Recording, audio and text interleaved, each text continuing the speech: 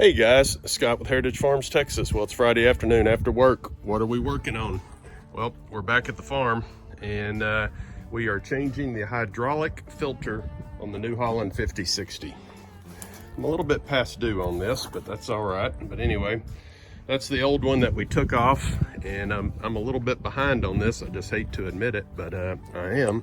But anyway, that is a monstrous deal. You got to have a oil filter pair of pliers here to get that thing off, and then you have to also remove one of the bolts on the frame support here to actually allow the canister to slide out. New Holland, not your best design. I mean, could have made it a little bit more user friendly, but anyway, we got it out, we got it changed, and now I'm putting a little hydraulic fluid back in there and topping it off. And I want to show you something that one of my followers and a guy that's pretty close to us as a crow flies, the name of his YouTube channel is JM Arrow, and I'll put a link up here. JM Arrow Ranch, I believe, is the name of it. But anyway, we'll put the name and title here on the screen, but go check him out. He's got a great channel. He's really just kind of getting started. Anything we could do to boost him up and get him to that 1,000 subscriber minimum, I sure would like to help him out any way I can. So if you guys are watching, please go check out his channel. But hey, he told me about this in one of his videos a while back, and I thought, man, I'm gonna get one of those. And I just finally broke down and did it. So here you go. What is it? It's a Lumax, and it is a plastic bucket pump with a flexible hose and non-drip nozzle. Ooh, and you're saying, so what? Well, let me show you so what. Come with me. Because let me tell you, I've done this the old school way, and I have fought and fought and fought. So here it is. So here's your 5 gallons of hydraulic fluid. Here's the pump inserted into the 5-gallon pail. Look at this nice little hose that goes all the way up here. Look at this greatness. It's bent. It just hooks in there. When you get ready to add hydraulic fluid, you just pump it up and it actually starts to fill. How did we do it before, you might ask? Well, before we would get a funnel. And it would have to be like the perfect funnel. It was never the right one. It was too short, it wanted to fall over, it was too tall, had it up here. But imagine you're trying to lift a brand new 5-gallon pail of hydraulic fluid. Well, there's nowhere to stand in here. You'd have to disconnect all of this to get a shot at it. What a pain that is. So you would have to wrestle that hydraulic fluid to get it up here. Ultimately, it would spill, it would make a mess. He told me about that, and I thought, man, that is the greatest thing since sliced bread. So this is my first time to use it, and man, it is absolutely a dream. It only took about 4 or 5 pumps to get it primed, and it's just great. And then look at this. When you're finished, you take it off, and it's got a little deal right here that slides back in to hold the hose where the tip doesn't get dirty, and it drains back into the actual unit itself. Pretty sweet, man.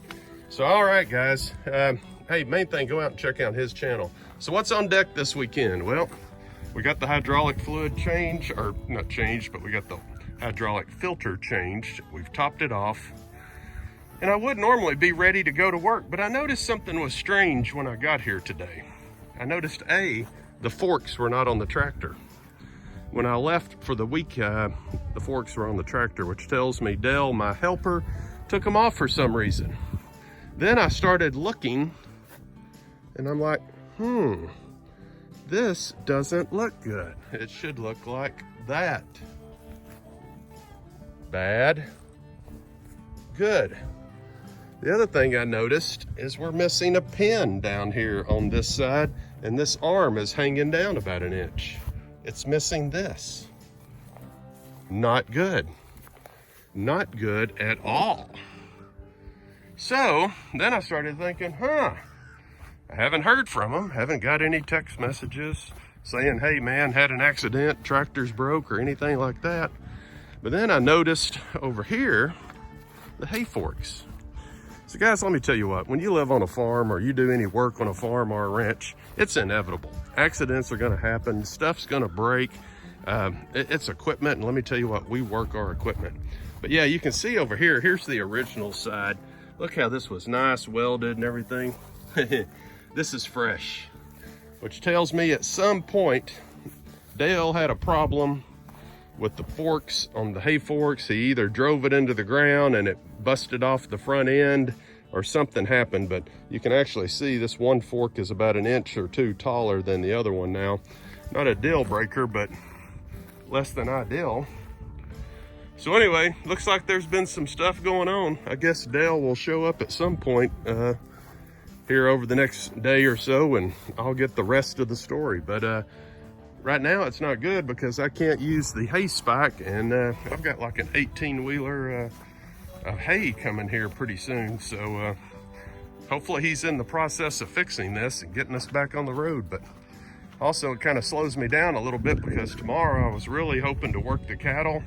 And then after working the cattle, I was wanting to get back on some of that pond clearing. Oh, did I forget to mention? The Texas drought continues. There is no rain. There is no water. There is no grass. All right, more to follow this weekend.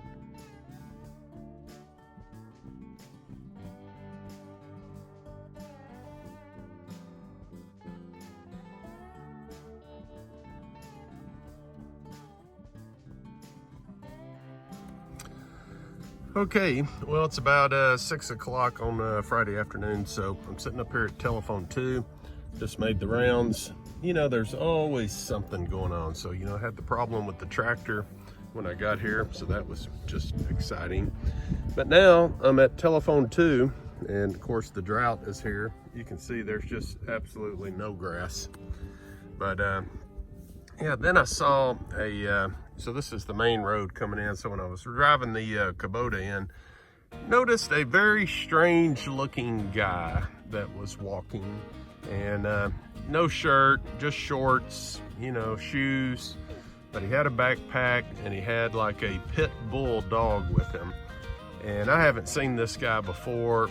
And, you know, a couple of things come to mind. Number one is, why are you walking your dog? This is a very deserted, dead-end road. And I was kind of like, what doesn't belong here? And never seen this guy before. So I blew by him, gave him a good little dusting, and basically came down here, watched. He came all the way down to the end of our road, turned around, and he walked back. But it's just strange. Doesn't strike me as a fitness kind of guy. I don't know if he's homeless or what the deal is, but you know, you don't like strangers, and especially guys like that out here on your property. You know, it is kind of a remote area. I mean, he's a long ways off the beaten path to be down here. And so that's a little curious. So I am a little remote at the telephone 2 property.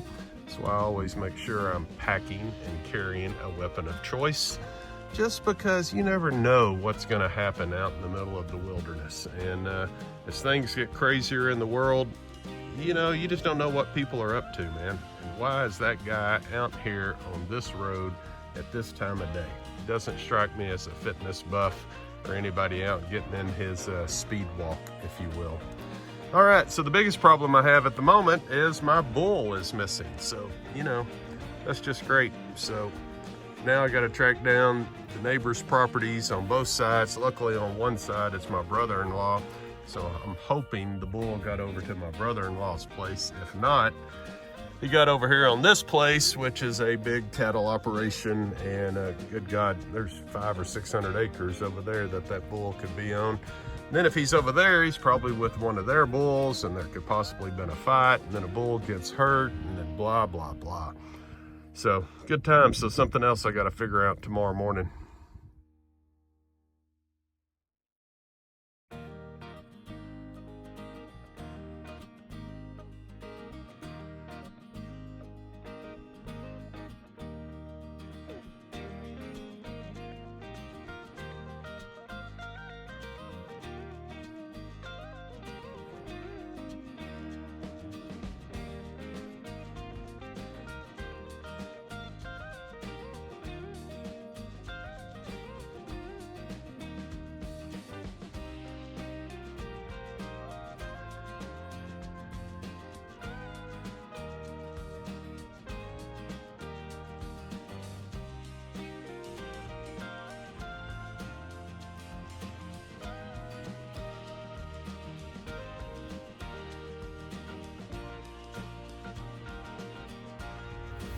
Okay, well, we've had a pretty good morning so far. So what have we done? Well, we worked the cattle at telephone 1.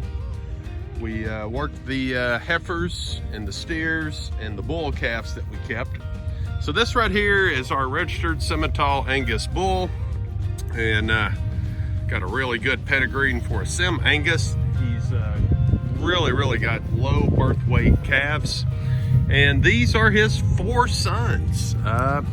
Now then, the plan is I always try to keep a bull back as a backup in case of one of my other bulls gets hurt or injured.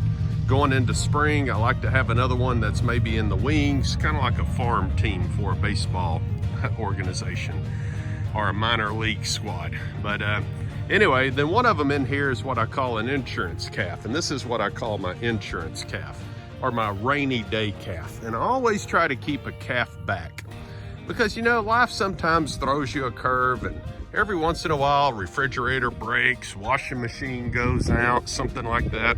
And hey, you need $1,000 or $1,200 to fix something. Boom, there's your rainy day fund.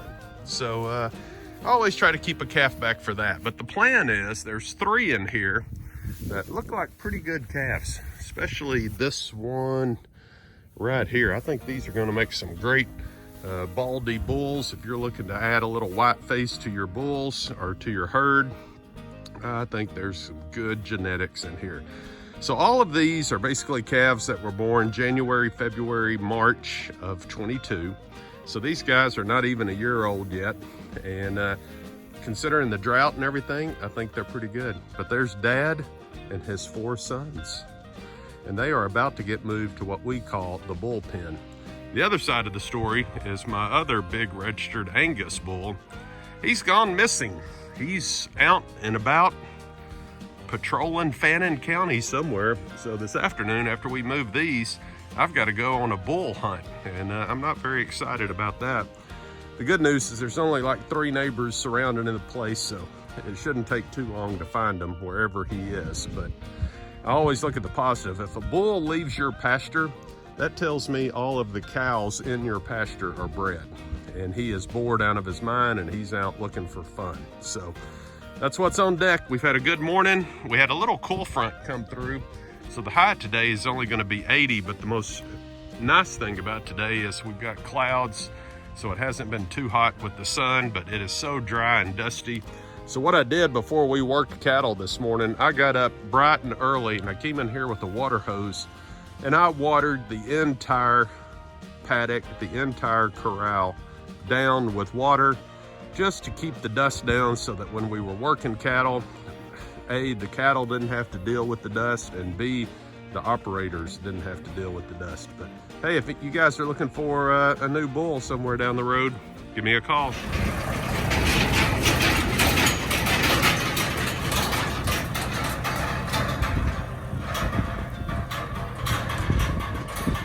Okay guys, while we're waiting on Dale to come back with the tractor and the cattle trailer, thought I'd take a second to show you my wife's new car. Ooh, check it out. So she has always drove Toyotas. She had 2 Toyota Camrys that we put 200,000 miles on, spent no money. Then from there, she upgraded to a Toyota Avalon, which that was a really nice luxury car. I call it a poor man's Lexus 300. But we put 200,000 miles on that, and I kid you not, did nothing but replace 2 batteries. What else did we do? Oh, of course, tires, and 1 brake job at 120,000 miles. And we put 200,000 miles on that Avalon. These are just the most reliable cars. And that Avalon had an aluminum V6, which was just a beast of a motor. Guess what? This is a 22 model. It's the last year they got the aluminum V6, and it's the same V6 that was in that Avalon. So that's the primary reason we bought this car, is because I just know how good that motor is, and the fact that it's the last year they're using that motor after such a successful run made it just a no-brainer. All I'm going to tell you is they're proud of these Lexuses. Man, that thing is really nice on the inside. And let me tell you what, it's got more electronics than a 13-year-old kid can figure out. So my wife seems to enjoy it, and that's all that matters. So pretty happy about that. And you know the saying, guys, happy wife, happy life. Oh, Check it out. Custom plates. Heritage Farms, Texas. You notice it's got a 1 on there. She is the CFO and the CEO and the primary executive. Okay, so what I'm going to show you now, these are the heifers that we worked this morning. So we got all of the bull calves out of here. So there is 10 heifers in this group and 2 steers. The 2 steers are going to a freezer coming this spring. One of them spoken for with my family. But if anybody wants a quarter of a beef or half of a beef, reach out to me, because we're definitely going to have at least half of a beef to sell to somebody if someone is interested. But you can see these 2 little white-faced ones right here have an incredible pedigree. They're from the 7P Ranch, and they're the future of my herd. But pretty happy with the little group of heifers here. So the plan is I'm probably going to keep like 6 of these heifers for myself, and then I'll probably sell 3 of the registered Sim-Angus heifers. If anybody's interested in a little starter kit, I'll probably have 3 registered Sim-Angus heifers for sale here also. But all right, guys, there you go. That's what's on deck. We're getting ready to move the bulls, and we'll see what the rest of the day brings us. Okay, thought I'd give you an update on the little pool project and how bad it's getting. So here we are, it's another week. And you can see last week when we were here, the water level was there. It went back about 3 feet. So man, this thing, you can see like over here, little ridges are coming up in here. It's taking on new colors of nasty. And ugh, man, what a pain.